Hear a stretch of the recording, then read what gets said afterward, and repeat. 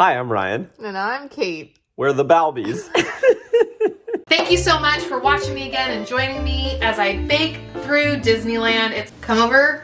Don't come over to my house. I'm not saying that. You can't. Social distancing. I've got my super cute little Mickey dough. Oh, get over it. Try the dough. Fry it up. It's delicious. We've got our little beignets. That's a nice dough. And who doesn't love deep fried dough? Am I right? This is a little hack. This is gonna be really good, you guys. Again, quarantine problems. How to know when a cookie is done. Oh my gosh. Look at how cute are those. I had the gray stuff, it's delicious. It's like being on Main Street. Alright guys, today Kate is showing you guys how to make Churro Toffee, which is, oh my gosh, so good. And I will be debuting some of our Bing Bong ears that will be coming out this summer because you can get Churro Toffee in Bing Bong Sweet Shop at California Adventures, as well as a couple other spots. So if you can't get them, make them because Kate is gonna show us right now. Hi, I'm Kate and thanks for joining me. Today we will be baking a toffee churro. So it's toffee that is dipped in white chocolate and then covered in cinnamon and sugar. And you can find that in the park, kind of several different places. You can find it in California Adventure at Trolley Treats. You can find it back in Pooh's Corner. You can find it even in downtown Disney. So it's several different places where you can find it. It's simple to make. It's really yummy. If you like toffee, I highly recommend it. If you're not sure you like toffee, I highly recommend it and just try it and see if you like it. It's very simple ingredients. So we're gonna need a saucepan, medium size. I have my temperature here, my candy thermometer. And you can try making it without a candy thermometer. You're just gonna have to get it to kind of a golden brown color, and that should work too. Again though, with several of these things I'm making, I am using this, and so I do recommend getting one and using one, or so that you have it to use. So what we're gonna do, we're gonna start with a cup of butter or 2 sticks of butter. Just gonna dump it right in here. We're making the toffee first, obviously, because that's the base. And then I'm gonna turn on my stove. And we're going to have a cup of sugar right in and a ½ teaspoon of salt. And this is to make enough for a 9x13 pan. So while this is melting, you're gonna get your 9x13 pan and you're gonna wanna line it with parchment paper. It's gonna make it a lot easier to get the toffee out once it's fully cooled.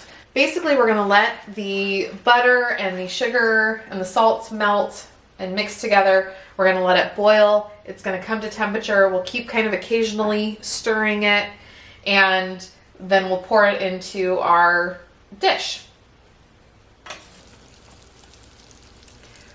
So this is what it's supposed to look like. It's looking really good. It's bubbling.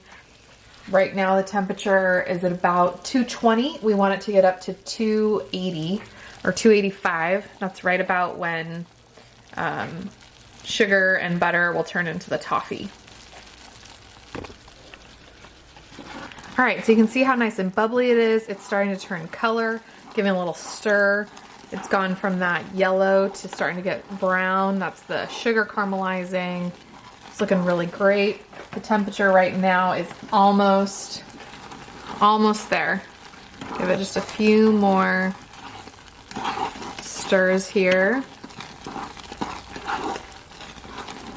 And I think we're good. All right, so we turn off the oven, we'll take it off, and then we'll go ahead and pour it into our pan.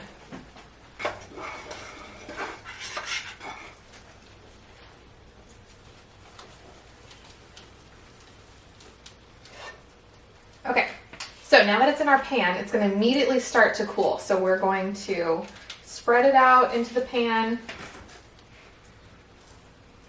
We're going to let it sit for just a few minutes. And you can see it's a beautiful light gold color. It's like a toffee color. And we're going to let it sit for a second. Then what we're going to do So we're gonna take a plastic knife. I just had a green one in my house. And we're gonna begin to cut it into squares, because what we're gonna do is once it's fully cooled, then we want to break it into rectangles. You don't have to do this part if you want mismatched shapes and you just want to break it into chunks. You can totally do that. If you want it to look how it is in the park, it kind of comes in a nice rectangle. All right, so as you can see, it's still soft. It's been sitting out for a few minutes, probably 5 minutes. You want to make sure it's cool enough that it doesn't melt your plastic knife, but still warm enough that you can cut into it. Because if it's too cool, then you won't be able to cut into it and you've lost your opportunity to make it in whatever shape you want. So as you can see, I have 8 now rectangles that I've cut into it. So they'll still kind of, it's basically just given me some lines that will now break apart once it is fully cooled. And they don't look perfect. They're not, you know, I mean, you could get these to be really straight and perfect if you want to, but you don't have to. So that's exactly what it looks like. We're gonna put it in the fridge, let it sit for about 40 minutes, and then we'll pull it back out. Okay, so our toffee has fully cooled and it is ready to easily break apart. And we're gonna go ahead and coat it in our white chocolate and our cinnamon and sugar. One thing I wanna talk about the toffee that I didn't mention while it was cooking. You wanna make sure that you keep it on like medium, maybe medium high heat, but more like a medium heat. The problem is if it's too hot, it's going to cook up real fast and boil real fast. The temperature comes up real fast, but the sugar hasn't fully like integrated with the butter. The butter hasn't really absorbed the sugar. It doesn't have time to fully caramelize, and so you're gonna end up with kind of a separated toffee. You'll kind of get like the toffee, but then kind of this like thin layer of butter on top when it fully cools.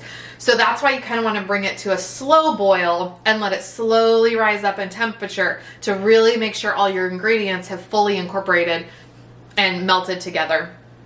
Because again, otherwise it's still kind of separated and it's just not quite right.